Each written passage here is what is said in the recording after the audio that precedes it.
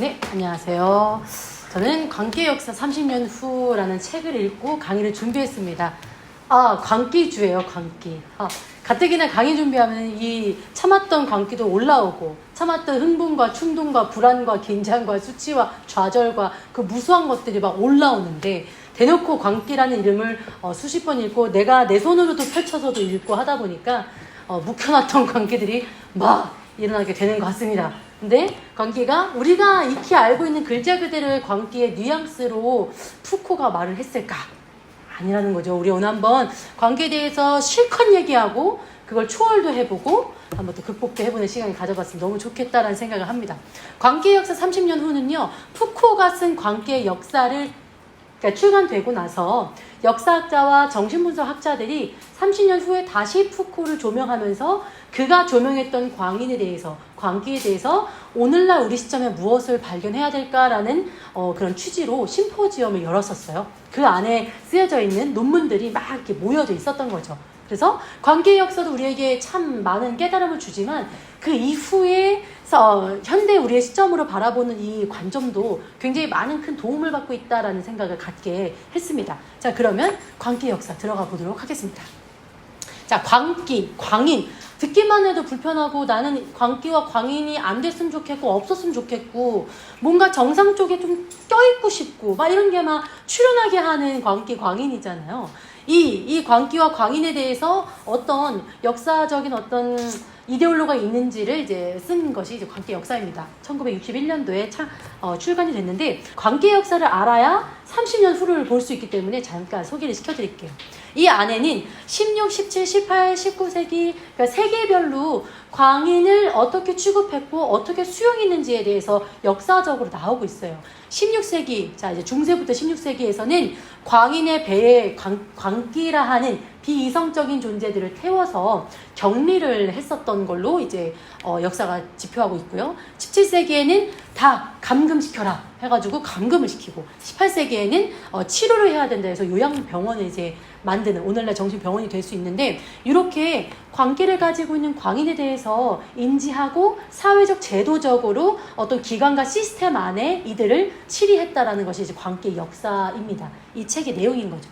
광기의 역사에서 의료적인 인간을 묘사하는 것으로 끝을 맺고 있는데 광중치료 의사는 요양병원, 요양시설에서 그들을 뭔가 치료한다는 명하에 감금하고 수용했지만 진정한 군주가 되었다. 의료진들이 진정한 군주가 되어서 광인들의 그 광기를 다 감시하고 감금했다라고 이제 이 책에서 이제 고발을 하고 있어요. 그러니까 그 당시에 또 현대의 그 정신과 의사라든지 그런 의료진들이 푸코를 죽은 이후까지도 어마어마하게 질살했다는 거죠.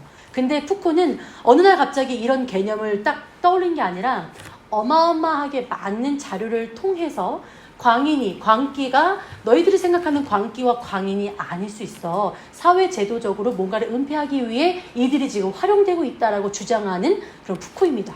2만 1000여 종의 자료를 다 수집해서요. 광인과 광기를 우리가 어떻게 인식해야 되는지를 이 광기 역사에서는 역사적 자료로 설명하고 있어요. 그러니까 개인의 주장이 아니라 개인이 바라보고 있는 개인과 사회를 지금 지표할 수 있다라고 하는 거죠. 그래서 이제 모였어요. 심포지엄 해가지고 우리가 푸코를 어떻게 인식해야 될까 이렇게 모여서 이야기를 합니다. 푸코를 그 당시 때의 광인 예찬론, 범죄 예찬론 이렇게 뭔가 탐미주의자로 우리가 조명하고 있는데 이거 과연 푸코를 우리가 전체를 아는 것일까라는 이제 질문을 갖고 우리는 광기의 근원을 통해서 우리 시대에 다시 한번 광기에 대해서 물어야 되는 거 아니겠어라고 질문을 하기 시작합니다. 그것은 결코 무익한 일이 아닐 것이다 라고 이제 역사학자인 루디네스코가 이야기를 합니다. 이 책은 그렇게 이제 쓰여져 있는 거죠. 광기. 이제 푸코는 광기를 이렇게 또 주장을 해요. 라모의 조카라고 해서 이제 18세기 프랑스 작가예요. 그 작가가 광인은 무엇이냐면은 사회에 적응하지 못하고 게으름뱅인 거야. 그러니까 선천적으로 타고나가지고 광적인 어떤 비이성적인 평범하지 않은 걸 주장하는 것이 아니라 어떠한 사회와 체계가 적응하지 못하게 할 수도 있어 라고 하는 그거에 이제 푸코는 영감을 받은 거예요. 개인의 문제가 아니라 이 광인과 광기가 계속 출현한 것은 그를 둘러싼 사회, 그 사회에 대해서 또 우리가 좀 더 관찰해야 돼라고 이야기를 합니다. 저도 우리 공부를 하게 되고 육적인 생활을 하다가 공부의 기로를 섰을 땐 저만의 관계가 출현됐었어요. 지금 생각해 보면은 제가 속했던 그 사회에 저는 적응하지 못했던 것 같아요. 근데 그게 내가 가진 게 없고 뭔가 못해서가 아니라 그 사회가 이런 적응하지 못하게 하는 그 어떠한 제도적, 체계적인 어떤 이슈가 있을 수도 있다고 푸코는 이제 이야기를 한다는 거죠. 자, 그래서 제 질문은 이런 사회 부적응자라고 하는 그 광인을 역사학자들은 어떻게 설명하는가를 이제 정리를 해보려고 해요. 이제 16, 17, 18, 19세기 때는 이런 사회 부적응자를 어떻게 조명하고 있는지, 그리고 그렇게 조명할 수밖에 없는 사회적인 제도는 무엇이 있었는지 푸코의 고발을 통해서 우리가 오늘 한번 깨달아 봐야 될 것 같아요. 16세기에는 신비한 알의 소유자였고 17세기에는 질병이라는 과오를 뒤집어 쓴 죄인이었고 18세기에는 이념을 소유한 하층민이었고 19세기에는 자기 안의 호소를 듣는 사람으로서 사회 부적응자를 역사학자들이 이제 설명하고 있었습니다. 자, 들어가 보면은 옛날 사람들은요, 광기가 너무 자연스러운 거예요. 광기, 광인 이런 것들은요, 일반적으로 하나의 관념이 아니라 다양한 관점에서, 그리고 일반 사람들이 배제한 것들을 느끼고 경험하고 그것을 체험해서 표현하는 너무나 신비한 알, 매력적인 어떤 알을 알 수 있었던 존재들이었어요. 그래서 그리스 로마 신화 같은 경우 보면은 신탁을 받잖아요. 내가 인간의 어떤 사유의 한계가 있어가지고 내 과거와 현재와 미래를 통념하기 위해서 신탁을 받는, 그 신탁은 어떤 신의 계시를 받는 것 신의 계시를 받지만 들을 걸 들을 수 있는 사람인 거예요. 이런 자를 광인, 광기 이렇게 칭했던 거죠. 저희도 아는 게 힘이잖아요. 아는 만큼 보이잖아요. 공감은 이해잖아요. 공감은 또 공부를 해야 되는 거잖아요. 나 공감을 못해요. 전 저 사람 이해를 못해요. 알매의 부재가 있다는 거죠. 근데 그것이 이제 광기고 어떤 광인인데, 이것을 지금에서 봤을 때는 너무 특별한 걸 아는 거 아니야? 뭐 신과 뭐 인간의 사이? 그럼 뭔가 계시를 받고 그런 뭔가 좀 신들리 뭐 이런 좀 두려운 어떤 인상들 이런 거지만, 사실 중세와 16세기 때는 굉장히 자연스럽고 오히려 사람들을 매혹시키면서 신비한 알을 주장했었던 게 광인이었다는 거죠. 네. 광기하면 또 이제 셰익스피어가 딱 생각이 나더라고요. 셰익스피어도 이제 15세기, 16세기의 이제 작가였잖아요. 그의 작품을 보면 반드시 출연하는 인물, 플롯이 있죠. 광대입니다. 광대. 이 광대가 출연해서요, 그 주인공이 어눌하고 어리숙하고 굉장히 이제 삶을 굉장히 이제 답답하게 살고 계속 실수하고 어리석은 짓을 할 때마다 그 광대가 출연해가지고요, 말도 안 되는 말을 하지만 거기에 해법이 있다는 거죠. 말도 안 되는 주절거림 속에 뭔가 삶의 해안이 있다라고 하는 거죠. 저희도 광기가 출연했을 때 이 사안에 대해서 어떻게 설명해야 될지 모르겠을 때 주절주절 거리기도 하고 소리도 빡 질렀다가 뭘 집어 던지기도 했다가, 아니면 완전히 운둔해서 사회에서 완전히 이제 배제되는 나의 일시적인 어떤 광기가 출연하잖아요. 이것은 내가 지금까지 살았던 세계에 대한 한계를 마주했던 것 뿐이고, 그것에 대해서 상징을 찾기 위해서 많은 광기가 출연한 것이죠. 셰익스피어의 작품에는 그런 역할들을 가시적으로 표현한 인물이 광대라고 하는 거죠. 그래서 셰익스피어 작품 볼 때 뭔가 좀 삶의 해안을 얻겠다라고 하면은 주인공도 물론 따라가서 권선징악을 봐야 되지만, 광대가 도대체 무슨 말을 하는지에 대해서 많이 모아놓으면요, 이게 오늘날의 우리의 삶의 해법도 된다라고 하더라고요. 네, 그래서 광기가 다양한 문화적 현상 속에서 마법의 사유를 하고 합리적인 사유, 통합적인 사유를 할 수 있도록 우리를 인도한다라는 거죠. 원래 느꼈어야 되는데 못 느꼈기 때문에 지금 광기로 경험되는 것이기 때문에 그렇다는 것입니다. 광기 역사 일부에서는요, 이런 광기와 광인들을 문둥병자들과 같이 등치시켜놔요. 그 역할을 같이 해놓고 있는데, 문둥병, 나병 환자, 이렇게 뭔가 이렇게 피부가 썩고 문드러지고 코가 녹아지고 이런 문둥병. 근데 그 당시에 의학의 수준과 사람들의 사유의 수준은 이 나병 환자가 왜 출현했는지 원인은 규명할 수 없었고 치료도 어떻게 해야 될지 몰랐어요. 그래서 이것을 굉장히 두려움 가운데 있었단 말이죠. 두려움 가운데 겪었는데, 그들을 최대한 할 수 있는 것은 광인의 배에 태워서 어딘가에 격리시키는 것밖에는 할 수 있는 일이 없었어요. 그래서 한 섬에 문둥병자들을 다 몰려놨다는 거죠. 그래서 그때부터 광인이 이성과 비이성, 정상과 비정상이라고 하는 나님이 생기게 되는 게 태초는 요 때부터였던 거죠. 광인의 배척으로 인해서 어느 하나의 가둠의 형태로 이제 나병 환자들을 치리했다. 근데 이 나병 환자가 없어지고 나서 이 공포, 이 전염병에 대한 공포를 누가 담당했냐면 광인들이 했다라고 얘기를 하는 거죠. 자, 이제 바보들의 배에서 이제 출간한 이제 보슈의 이제 작품인데, 이 안에 있는 자들은요, 어리석음, 악덕, 탐욕, 허영심, 위선, 뭔가 어리석은 자들을 배에 태워가지고 어디론가 보내고 있어요. 그들이 원래 살았어야 되는 자연으로 돌려 보내고 있었던 거죠. 근데 여기서 푸코가 한마디 합니다. 이 안에 보니까 성병 환자, 머리에 금이 간 사람, 약간 좀 신체가 불편한 사람, 그리고 혼란스러운 생각이 너무 많아가지고 무슨 생각하는지 모르겠는 사람, 기억력 상실한 알코올 중독자. 이거 보면은 광기라기보다는 광인이라고 완전히 치부하기보다는 좀 약간 아쉬운 부분이 있죠. 왜 이런 사람들까지 우리가 거리를 두고 배척해야 되냐? 푸코는 이 안에 경찰과 교회와 왕정이 지금 개입되고 있다. 사회 제도를 돌리고 있고 이성과 비이성을 나누어서 사람들이 정상 쪽에 취하게 하려고 하는 어떤 강세를 만들기 위해서 경찰과 교회와 왕정이 어떤 연관 관계로 인해 이들을 광기, 우리가 떨어뜨려야 되고 우리가 거리 둬야 되고 오염되지 않아야 되는 존재로 지금 어떻게 보면 마케팅을 하고 있다라고 이제 푸코가 고발을 하고 있었던 거죠. 다음 이제 세기로 넘어갑니다. 이제 17세기로 가면요, 질병의 과오를 뒤집어 쓴 죄인으로서 사회 부적응자를 이제 치부했어요. 17세기가 되면서 이제 종교 개혁이 일어났죠. 개혁적이고 어떤 그 교황 체제에서 이제 왕권 체제로 이제 전락되면서 변화가 되면서 교황이 치리했을 때 사람들을 잘 치리했었던 신의 이름으로 사람들을 다 규율적이고 규범적으로 다 치리했던 법칙이 이제는 왕이 집권하는 세계가 되다 보니까 이 왕정이 세워지고 나서는 더 큰 규제, 더 큰 규범, 더 큰 체계가 필요했었던 거예요. 그래서 도덕적인 체계 안에, 세계 안에 그 광인들을 질병으로 치부해서 완벽하게 감금을 시키려고 했었던 거죠. 막신 고리키 같은 그 작가들이 작품을 보면은 밑바닥에서라는 작품이 있어요. 그 작품은 거리에 이런 비이성이라고 생각하는 존재들을 다 밑바닥으로 다 숨겨놓고 거리를 청소했어요.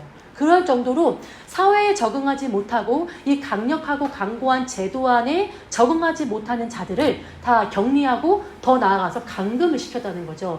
그리고 그들을 범죄화하기 시작을 하였습니다.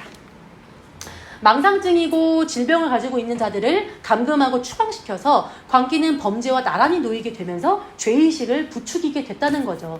사회 제도가 너무 강고했기 때문에 적응하지 못했던 시간이 있었던 것 뿐인데 그들을 모두 광인으로 취급해서 감금시켜서, 여기 보면은 이들을 개진시킨다는 일념하에, 계몽시킨다는 일념하에 모진 고통, 고초, 그리고 이제 지금도 정신병원에서 하고 있는 그 손발을 이렇게 묶잖아요.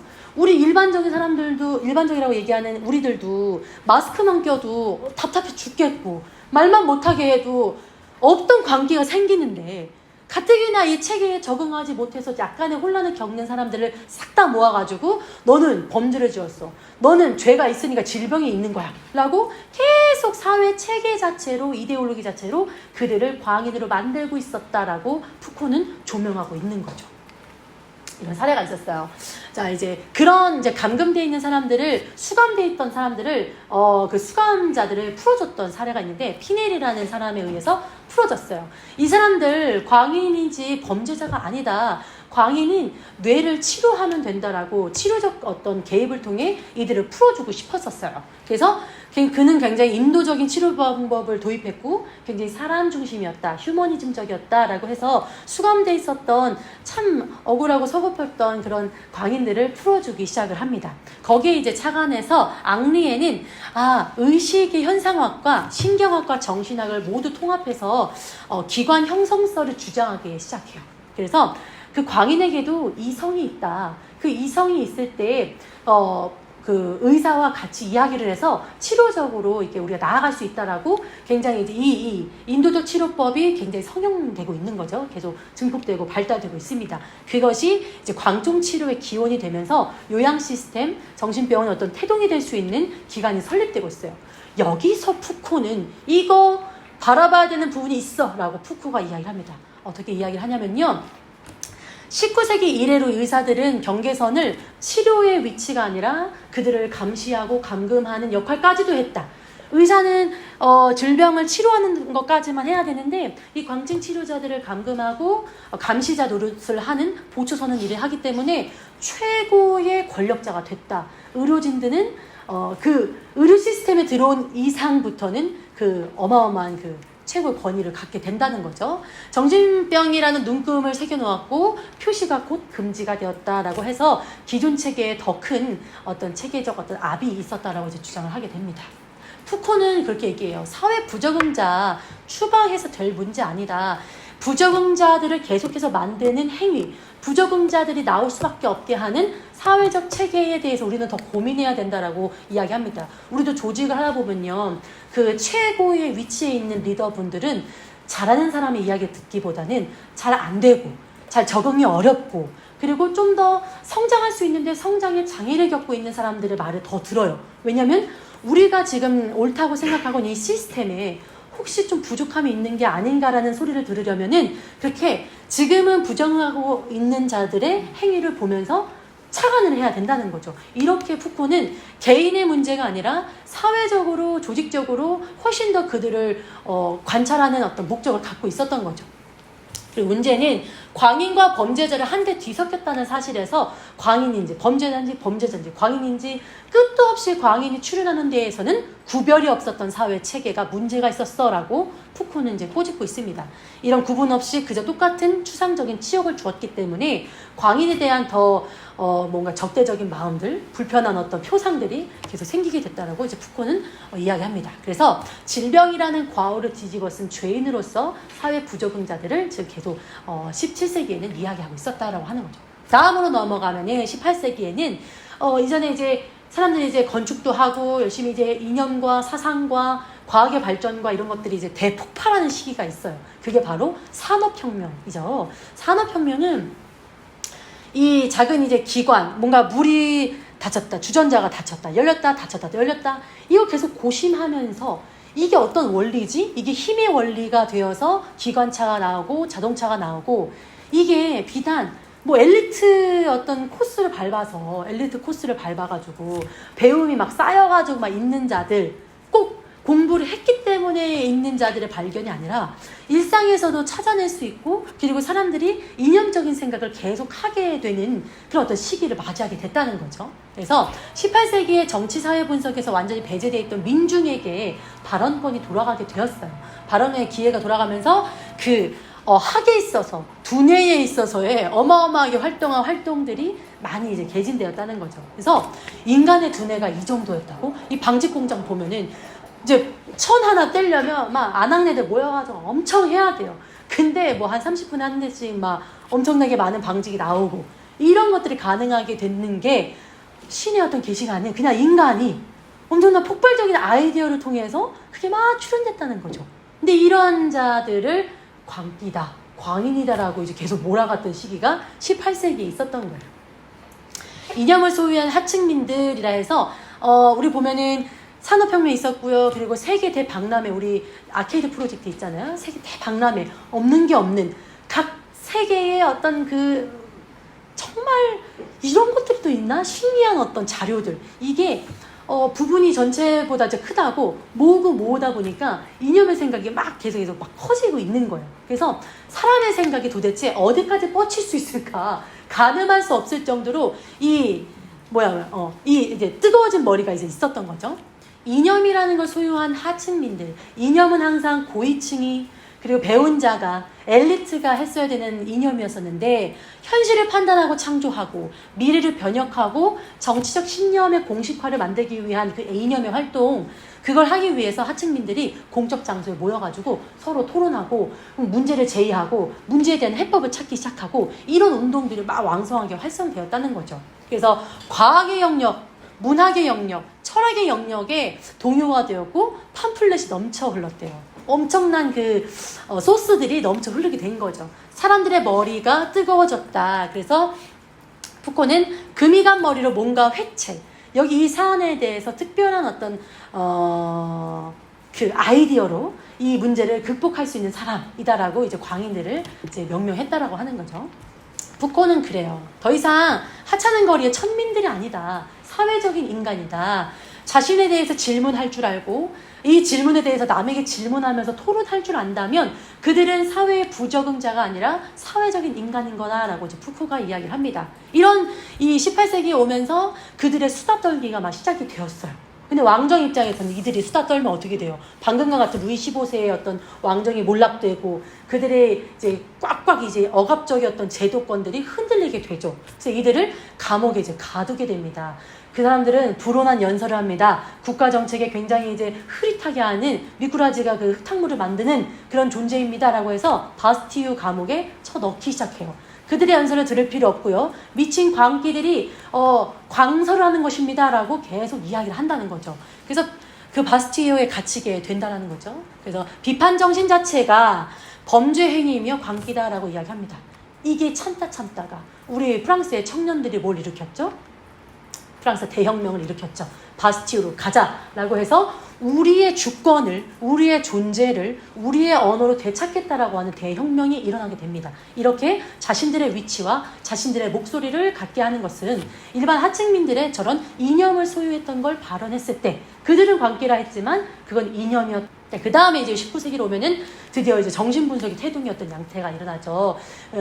체계적인, 이젠 내적으로 이 광기가 광인이 내면의 문제에서부터 출현돼라고 이야기하면서 프로이트가 이제 나타나게 되죠. 그는 무의식의 의식화라는 그 대명제. 의식에서만 살던 우리에게 무의식의 존재를 발견하게 됐어요. 그는 신경학자였었죠. 신경학 의사였는데 환자들을 가르치고 환자들을 이제 케어하다 보니까 이거 의학으로는 다 설명되지 않고 의식의 언어로 다 설명되지 않는 무언가가 있어라고 이야기를 하다가 무의식을 고백을 했더니 언어화를 시켰더니 광기가 없어졌다. 마법처럼 없어졌다. 라고 하는 광기의 새로운 개념을 만들게 되죠. 근데 여기에 이제 우리 푸코는 이거는 이율배반이지 않겠냐라고 이제 이야기를 하는 거예요. 왜 이율배반일까요? 일단 먼저는 광인들은 정말 여기 보면 이제 진실을 폭로하는 존재예요. 진짜가 있어. 니네가 보지 못하고 은폐하지만 진짜가 이거야. 우리 가족의 문제는 이거야. 사회의 문제는 이거야. 나의 문제는 이거야 라고 얘기하는 것이 광인인데 이거를 원초적인 욕망이야. 뭐게 성이야. 그걸로 이제 환원시켰던 것에 대해서 의아해요. 그리고 더 큰 어떤 반기를 제하는 것은 무의식인데 종장에는 의식화를 해야 된다라고 하는 건 거죠. 이거야말로 이율배반이지 않냐. 양립할 수 없는 두 가지의 논지를 같이 얘기하고 있는 거 아니겠어? 무의식의 것인데 말을 하래. 이거 자체가 푸코는 너무 이율배반적인 개념이었다라고 주장을 하게 된다라는 거죠. 정신분석은 더 나아가서 감시받는 사람을 끊임없이 독백을 또 감시하는 그런 학문이다라고 이제 푸코가 이제 이야기를 합니다. 그래서 그들이 억압되고 응시가 있었던 것을 2배로 강화해서 더욱더 광증으로만 이제 보게 된다라고 하는 학문이다라고 얘기합니다.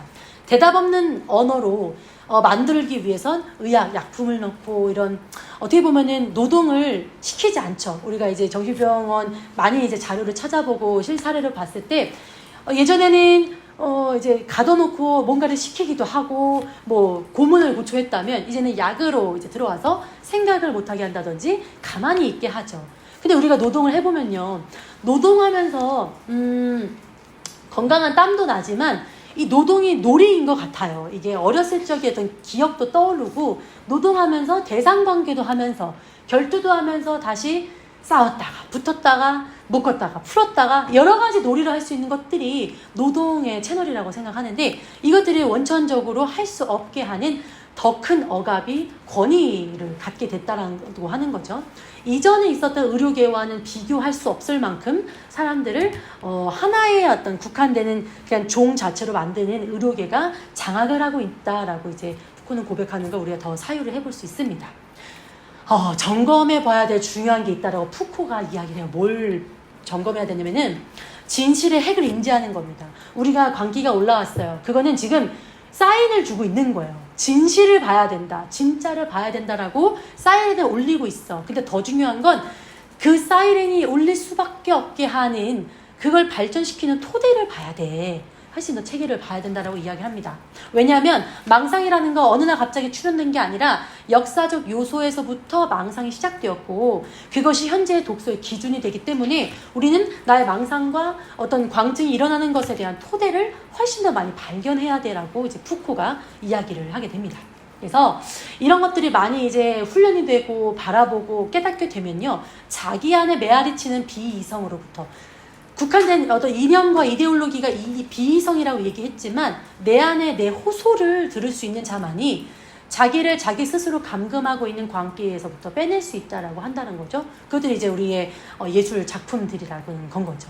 그들은 그냥 붓터치의 어떤 이제 선율이 아닌 건 거죠. 내 안에 메아리 치고 있는, 울리고 있는 내 비이성 가운데 호소를 듣는 자들이었다라고 얘기를 합니다. 네. 이제 푸코의 투쟁들을 보면요. 이제 푸코가 관계 역사를 통해서 계속해서 투쟁하는 것을 역사학자들이 어떻게 보고 있냐면, 그는 항상 논쟁을 굉장히 좋아했어요. 사진을 찾아보면요. 혼자 있는 모습도 있지만 같이 논쟁하면서 자기의 논쟁도 또 변호하면서 또 많은 자료를 통해 자기의 논지를 또 변화시키는 걸 많이 했는데 대화의 인간임을 알 수 있다라고 얘기를 합니다. 그리고 계량주의자라고 해요. 계량주의라는 것은 내가 문제가 있으면 바깥에서 문제에 대한 해법을 가져오는 것이 아니라 체계 안에서 그걸 무지막지하게 이렇게 해체하고 분석하고 파악해서 체계 안의 문제를 일단 인지하고 그걸 해결하기 위해서 고민하는 자를 계량주의자라고 얘기를 해요. 그 지점인 거죠. 우리 들레즈 같은 경우는 주름은 접힌 데에서부터 펼쳐야 되는 거잖아요. 내 트라우마가 접힌 곳에서 펼쳐야 된다라고 한다는 것, 계량주의자의 어떤 포인트입니다. 그것을 푸코는 글쓰기로 하였다라고 이제 이야기를 합니다. 그래서 푸코는 이렇게 얘기를 해요. 답 없는 것 같지. 내 광기가 미친 듯이 올라와서 조절이 안 돼서 너무 힘들지. 근데 다시 시작하고 시도하고 시행착오를 일으키라고 얘기를 해요. 체계 안에서. 모든 것을 처음부터 끝까지 다시 하고 그리고도 거기에서 주저할 어떤 이유를 찾아내기를 내가 수락할 때 나의 언어, 잃었던 언어를 찾아내는 진실의 언어가 된다라고 이야기를 합니다. 그래서 푸코를 통해 푸코의 관계 역사가 지난 30년 후에 다시 푸코를 재조명하였을 때 오늘날 우리가 내 관계, 타인의 관계 이것을 사회 안에서 사유해 볼 수 있었던 시간이었습니다. 네, 감사합니다.